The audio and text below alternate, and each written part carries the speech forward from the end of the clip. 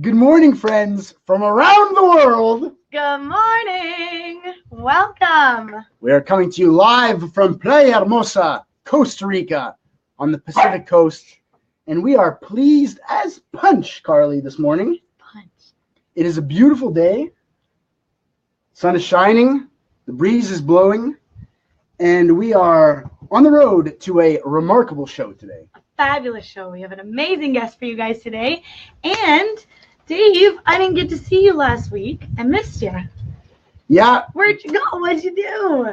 Sorry, folks, for not appearing for last week's show, but I was at Envision Festival recruiting hundreds of new Karma Tribe members. Literally hundreds, right, Dave? Over 300? Yeah, over 320 people signed up for Karma Tribe at our Envision stand. Welcome, new Karma Tribers. Envision is a transformational music festival in Costa Rica, and people travel from all around the world to that festival because they're looking for something different, for a way to live differently, to live more in community, and to experience make some positive change. Experience positive changes and inspiration. And man, people were so inspired by Karma Tribe. Amazing. We did a workshop on the power of generosity. Tears were running down people's cheeks. And I got to speak on one of the main stages with some of my idols. Amazing. About building intentional communities. And we created so many new alliances for Karma Tribe. And I have no doubt that this is going to be a very big year. Absolutely. For our tribe. And we're going to connect people on unprecedented levels so that they can help each other. Amazing. We're so proud of you, Dave. Thank you so much for doing that. Thank you so much, Carly, for saying that. And folks, if somehow you haven't heard, if you've been living in a hole for the past 2 years, let me tell you, Karma Tribe is a community of people willing to help each other for free all around the world in over 60 countries. Now we're in over 60 countries. We are. Yeah, we picked up a few people in the U.S. Virgin Islands, in Malta, in some other countries in Eastern Europe. And we're now well over 60 countries. That is amazing stuff, Dave. You can check it out online at karmatribe.com. And if you haven't been on there yet, this site is super easy to navigate. And if you have a gift that you want to share with someone, whether it's something simple like sitting down and chatting with them in English over some coffee because they want to learn English, or simply sharing a talent that you have, you can do that and someone will gladly receive it. So that's the idea. A gift can only be given if it's going to be received as well. So also if you're looking for something, check it out and see what is there to offer. Absolutely, Carly. You said it. We have thousands of free services available on karmatribe.com, given from the heart by kind people around the world. So check it out. People are great. So Carly, it takes hard work to build this Karma Tribe project. It sure does. To build an online community, to build a social media presence. It takes a lot of perseverance, a lot of determination, and for sure a lot of hard work. Yeah. And I would say some of the hardest things that I've done in my life are getting a degree in physics, a bachelor's degree, and also building up the Karma Tribe online community. Now, our guest here has done much more than that.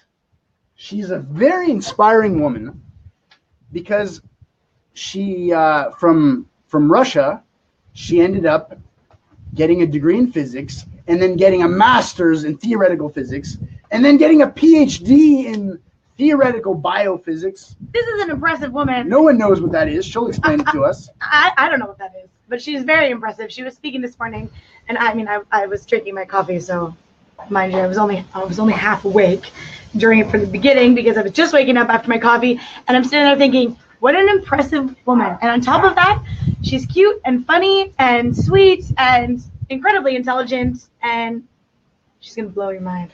She's going to blow all of our minds. I think she has the intellectual capacity of this whole neighborhood combined. Absolutely. In her pinky finger. And also, she has built up a large YouTube following with over 31,000 subscribers. And I'm gonna throw down the link to her channel in the comments so you can just stare in awe Check it out. But she has published over 700 videos about all different subjects.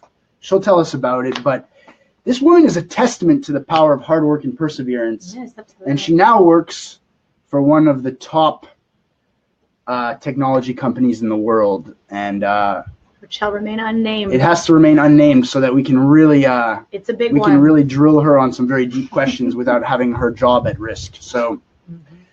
So Carly, without any further ado, let's bring on meet the her. lady of the hour, Dr. Maria. Come on down, Maria. Come on down. Maria. Hey, Maria, how are you? God, look at this setup. Yes, isn't it great? Look, you're looking like a vision this morning. I'm getting my Costa Rica vibe in. I'm loving it. I'm Thank loving you. it. Perfect. Well, welcome. Thanks for being with us. Thank you. Yeah, Thank you for inviting me. Of course, yes, we're loving having you. So for our audience, just to get to know you a little bit better, because we got to chat with you a little bit this morning. Tell us a little bit about like where you're from, where you grew up. Yeah, so I'm born and raised in Russia, in the suburbs of Moscow. I moved to the United States, to North Carolina to be precise, as a young adult to do a PhD in theoretical biophysics. It's a mouthful to say. Yes, it is. It's a mouthful to think about as well. Then, after getting the PhD, I kind of shifted towards cell biology. And then eventually I transitioned to data science, and I started working with technology companies, trying to understand and quantify happiness, human behavior, build and develop products, things like that. So what does make one want to go into this field of studying? For those of us that weren't so scientifically inclined, what inspired you to go to school for that? Because you went to a really elite school for sciences. Yeah, I kind of won a lottery there. It's very hard to get into Moscow State, especially physics department, which is sort of like Harvard of Russia. So the most Nobel laureates in physics come from that department. So it's like has a lot of this kind of like heavy legacy for sure coming with it. It was purely luck, I think, that got me in there. It's very hard. Too modest. Why did I choose physics? I always was fascinated by physics, and again, I don't want to sound cliche, but a lot of the early exposure really shapes our perceptions of the whole fields, literature, history, physics, math, and I had a good teacher. Okay. She made it fun, and just like learning about how the world works and like how interconnected everything else, how big the universe is, how insignificant and small we are in comparison. That was very fascinating. It's very romantic. Like physics is romantic to me. Oh, okay. I'm gonna try and go with you on that. I don't know if I think of that as romantic, but yeah, for sure, I can see it being like poetic, and yes, that it is interconnected to many different things in your life. That's super cool. So you were super inspired by your teacher then. Yeah. That's amazing. As a teacher, I love to hear that because I think it's so sweet when you hear that students are so inspired. It's amazing. Like you went on to do all of these sensational things because you were inspired by one person. Amazing. Oh my God, I have so much empathy for teachers and people like who do a hard job like you do, because you shape people's lives, whether they or you realize it or not. But it has very long-term consequences on our lives. So you science had a YouTube channel. Tell us a little bit about that too. Yeah, that was just a creative outlet because I was in the hard sciences.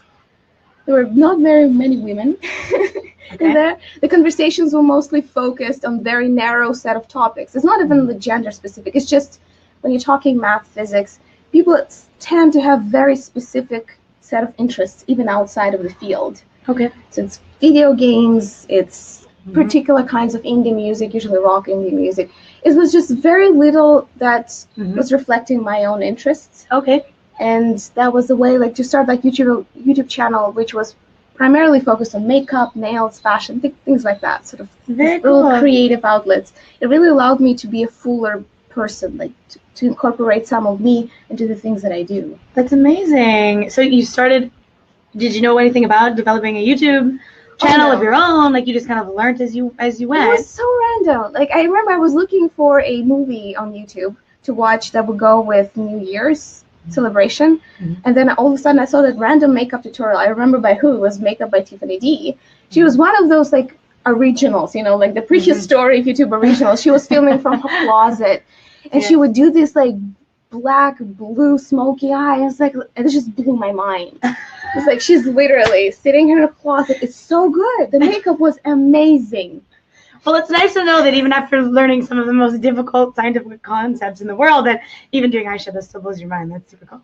So then, you had to work obviously really hard to develop followers and like things like that. So what can you say, to people that are that want to do something similar? They need a creative outlet. Maybe they want to do it using social media. They want to do it using technology and stuff like that. How did hard work play a role in that? Yeah, I think if you have any interest, if you have any prior interest in creative outlets and creating sort of a following or like a public persona or like a big fan base, you probably all read all these blogs, and they all constantly, painstakingly mention the same thing: consistency. And I think it's a lesson that you have to keep learning, because doing the same thing the same way is like insanity by Einstein. Was it Einstein who said it? I think he's attributed. You tell me, doctor. I think he's attributed for saying that, but actually it needs some fact checking. But at the same time, if you constantly spread yourself too thin across many, many, many initiatives, regardless of how passionate you are, how much you believe in the cause, lack of systematic progress, or lack of at least systematic analysis of what am I doing, how should I change it, but not all over the place, but in some like small ways, like tweaking things that work, like, and letting go of things that don't, but constantly experimenting, adding new things, regardless whether they will work or not. That's a skill. That's a skill to acquire through life. Regardless, is it entertainment? Is it any particular technical field?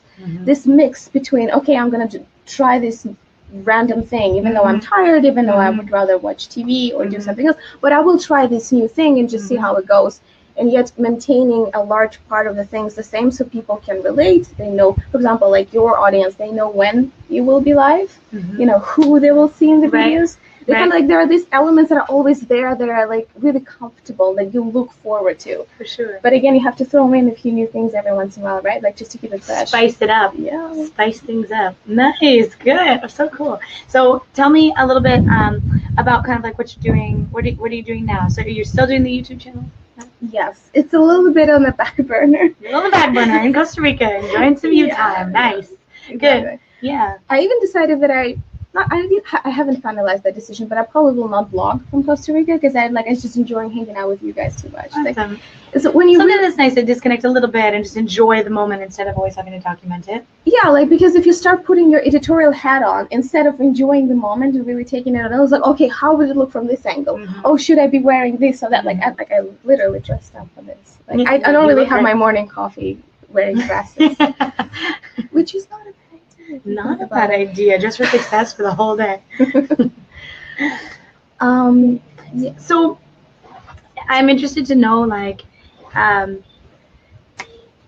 in your now, like in the way that you live now and everything that you do, because the way that you speak about like consistency and determination and hard work is very like methodical. Like, you're obviously very well thought out. Like, do you have difficulty with kind of like more spontaneity and like less kind of consistent living? Like, can you have both?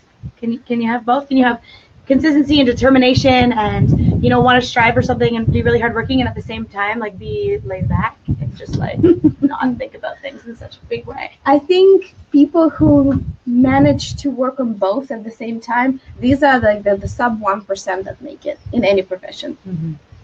Ability to not only dig in one direction where you're sort of historically good at. For example, yes, like you picked it up. Like, I'm studious. I was always good at studying. Like, I know how to do these things.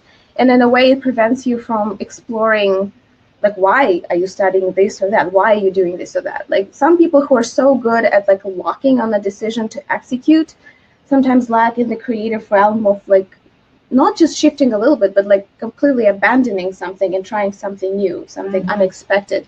So the constantly sort of working on this a little bit here and then stopping and working on a completely different, sort of almost orthogonal set of skills, it's really hard because it constantly messes with your brain.